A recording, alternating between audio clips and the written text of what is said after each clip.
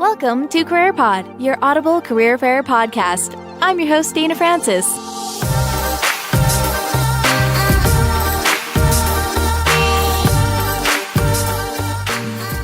Hello and welcome back to Career Pod. We took a little mini break, but never fear, we are now back, and you can expect new episodes to air on the 1st and 15th of every month. This episode will be airing on April the 1st, so happy Easter to everyone out there that celebrates the holiday.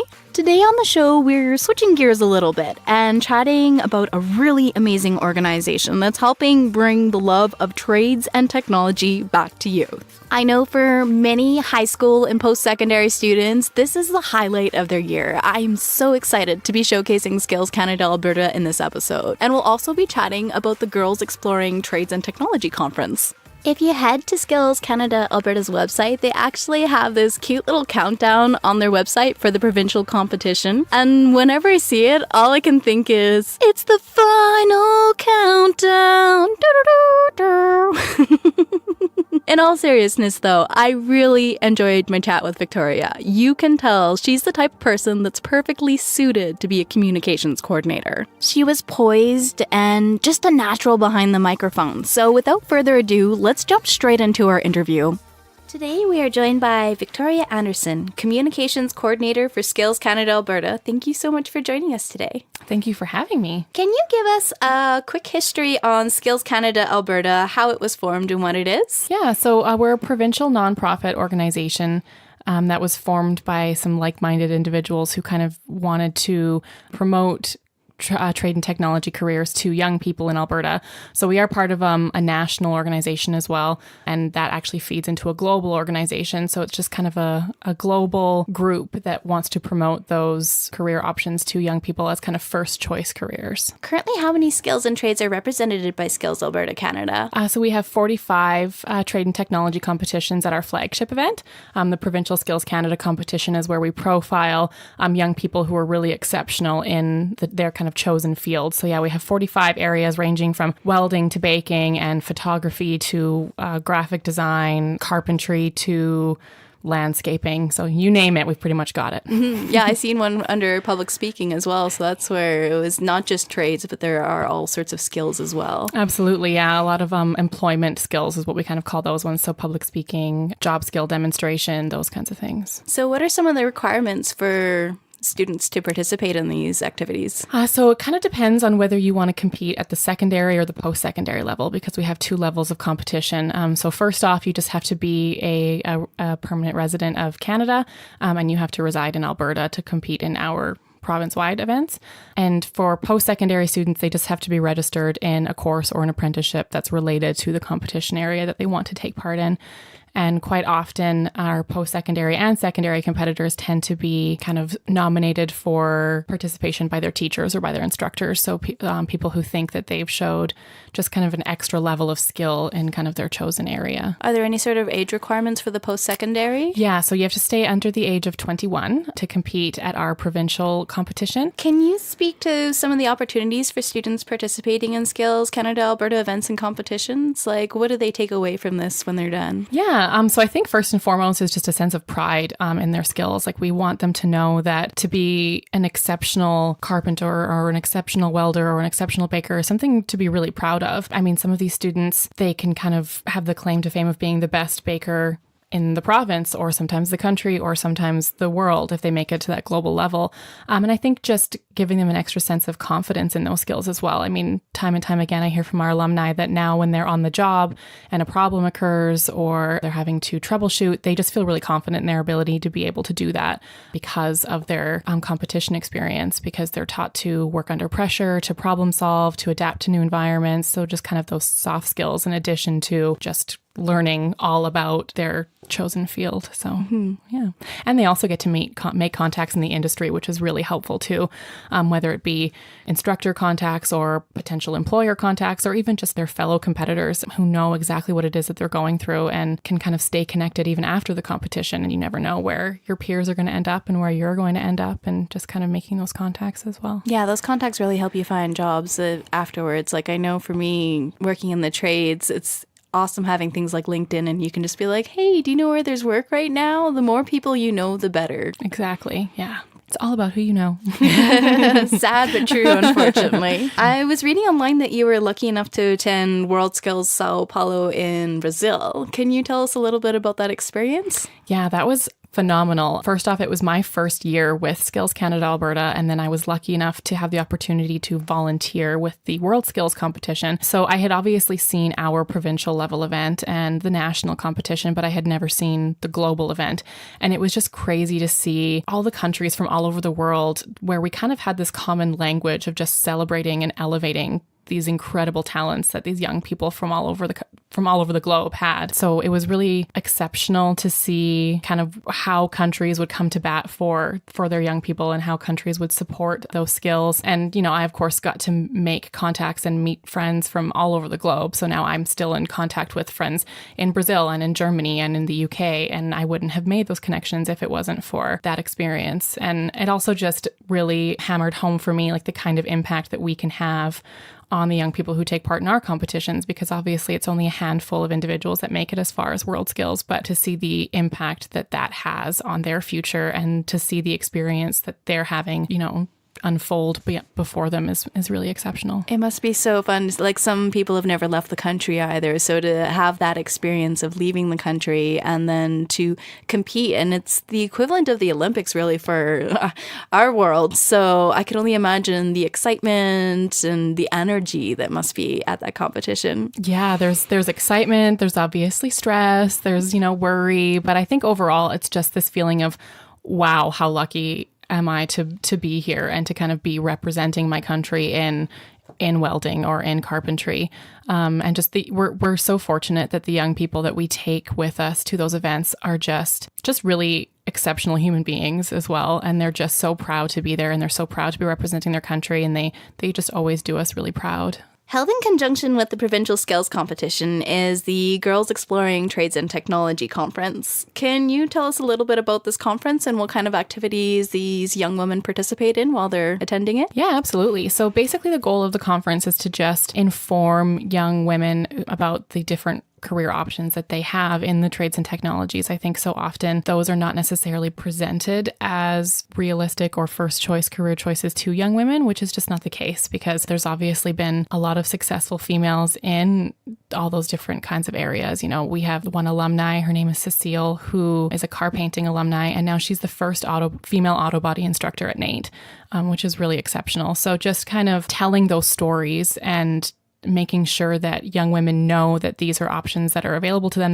that can lead them to really rewarding careers that they can feel really passionate about and feel really happy in. And sort of the main point of the conference is to put them in contact with mentors from the industry. So we will have female electricians and female welders and female landscapers and graphic designers and all kinds of just really, truly exceptional women who come and just spend some one-on-one time with these girls to tell them about what their journey has looked like. So typically we start the day with a couple of keynote speakers, if you will. We kind of do a little bit of a presentation to them about just careers in the trades and technologies in general. And then we go into a morning of what we call tri-trades, where the girls will actually get to do hands-on demonstrations and hands-on activities where they will actually get to try their hand at plumbing, and they'll try their hand at being a glazier, and they'll try their hand at welding and all those things. And then in the afternoon, they actually go and tour the Provincial Skills Canada competition in small groups with their mentors. So the mentors are the ones who lead them through that event, so that then if the girls have a question about apprenticeship, or if they have a question about their different career options, they're getting that information from someone who has lived that, as opposed to someone like me just,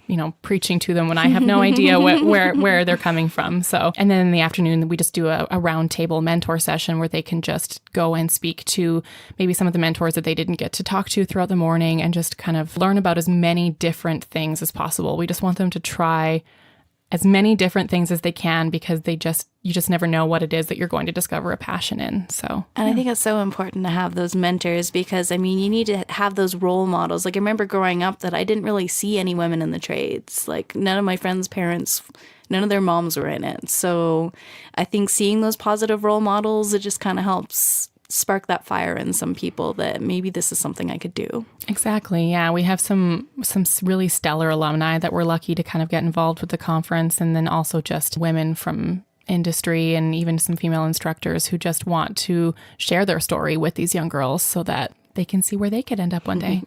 So you've been working for over 3 years with Skills Canada Alberta. Have you noticed an increase in interest from young women and these non-traditional career paths on the trades and technology? Yeah, I don't necessarily know whether I would kind of have the authority to speak to whether there's more women who are actually in those careers, but I can definitely say that we have more women who are taking part in our programs and in our competitions. And I think just there are a lot more women who are being profiled for their success in those careers as well. You know, for example, Cecile, I know that Nate now has a commercial actually kind of talking about getting into the auto body repair program, and they have a commercial that's all about Cecile and her journey. So I think it's really great to just see more of those stories getting out there.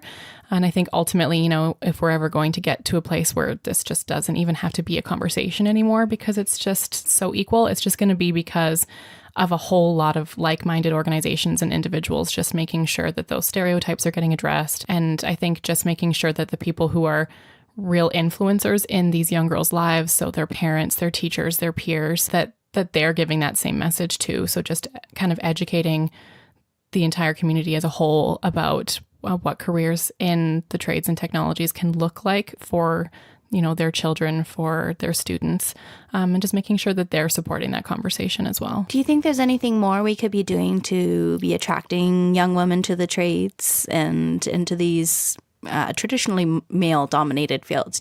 What else could we be doing? I think, I think awareness is just key, and just, you know, how many young girls are actually being exposed to those careers, kind of like you said. I mean, how many of them grew up seeing a mother or a grandmother or an older sister necessarily in those careers, and just making it so that even if you don't have someone who is in your kind of immediate circle that is pursuing a career in those fields, just making sure that they're still exposed to that somehow. So whether that be through things like our conference, or through maybe initiatives at school, or through some steps that parents are taking, or just kind of making sure that they're exposed to as many options as possible. Because really, how can they know what they're going to love and what they're going to be good at and what they're going to be passionate about if they don't even have the opportunity to try that, or to learn about that, or to see that in action? So yeah, I just think that exposure and awareness is the number one thing. Mm-hmm.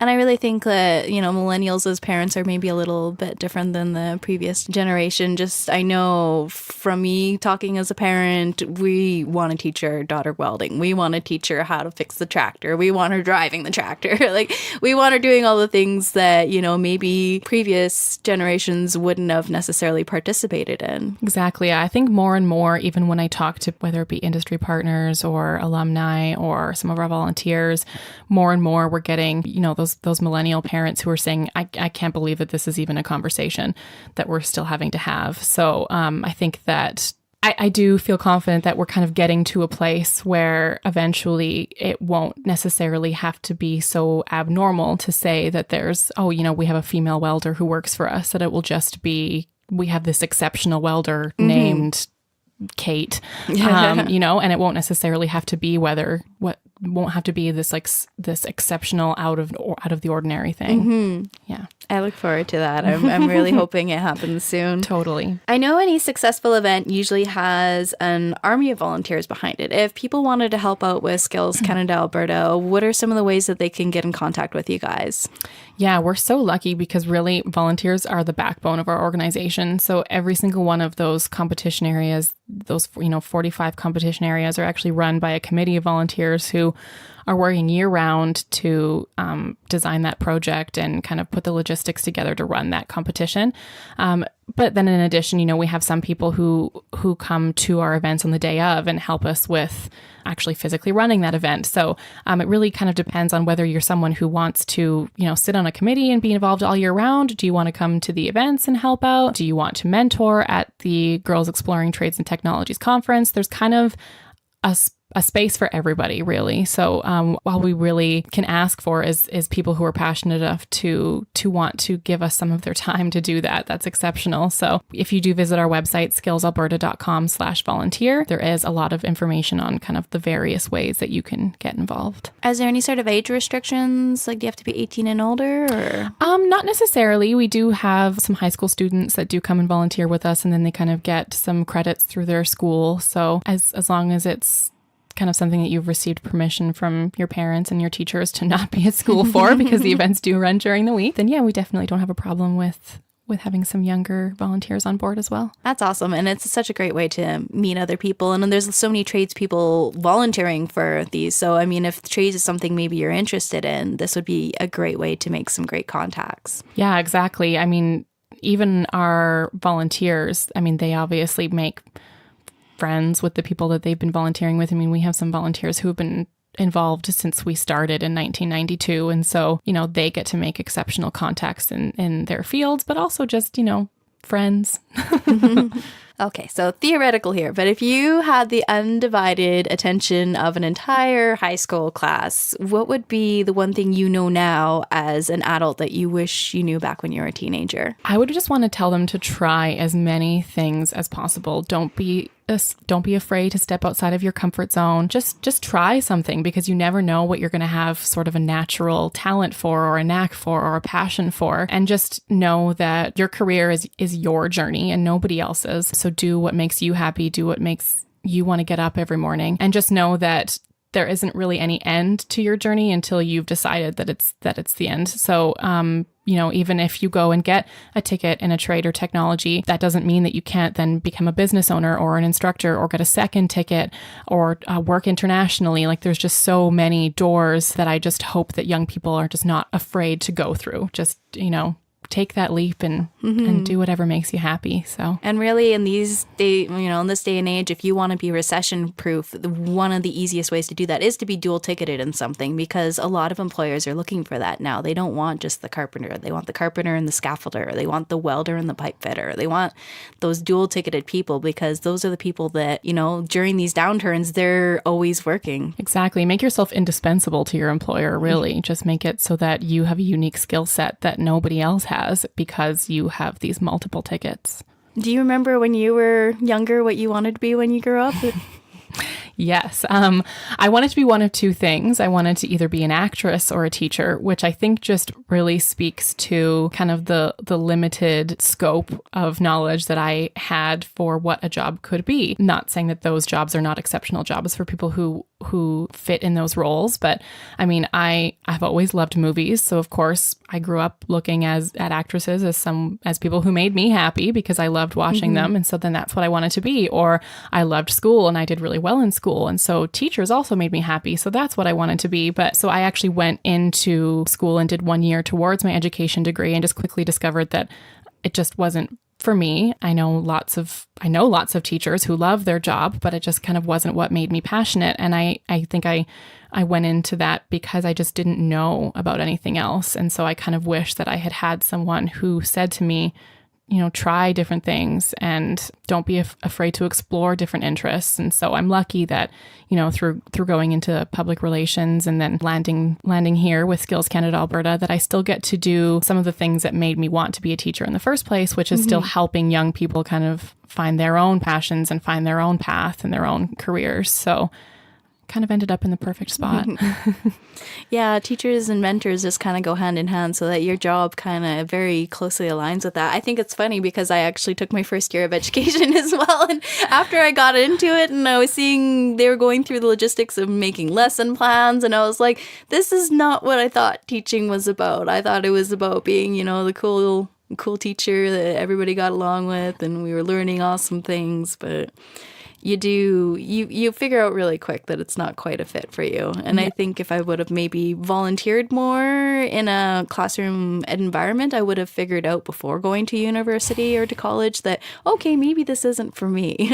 Exactly. Yeah. I think it takes a very special person to teach. And I think it's just important that, even though I spent money to go into this program and I had paid top dollar to kind of take 1 year towards that, to not be afraid to just recognize that this wasn't for me and not be worried just about how much money I'd spend on the education and think more about, okay, is this going to make me happy? No, what will? And then just take the steps towards that. So hopefully lots of other young people feel that they can do the same. And it's never a loss. Any education is good to have under your belt. And the contacts you meet, and you quickly learn that, okay, well, this isn't for me. What is? Exactly. Yeah. Well, thank you so much for coming on the show today. One of my friends told me about this program. She volunteers with Skills, and I was just like, oh, I have to get them on this show. It sounds so amazing. I love what you guys are doing. So thank you so much for letting our audience know a little bit about Skills Canada Alberta, and thank you for your time. Thank you for having me, and hopefully maybe you can swing by provincials this year and you can see it in action. I hope so.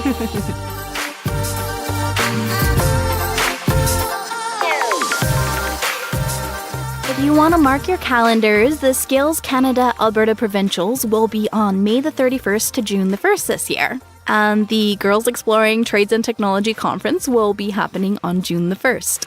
We will be linking to Alberta's website in the show notes, so if volunteering is something you might be interested in, I highly recommend you check this out. Have you ever participated for Skills Canada Alberta? Either participated or volunteered or attended it? We'd really love to hear about your experiences. You can find us on Instagram, Facebook, and Twitter. Just search CareerPod. Some good news for our Android friends. We are officially on Stitcher now, as well as iTunes, Google Play, Podbean, and YouTube. So we're pretty much all over the place now.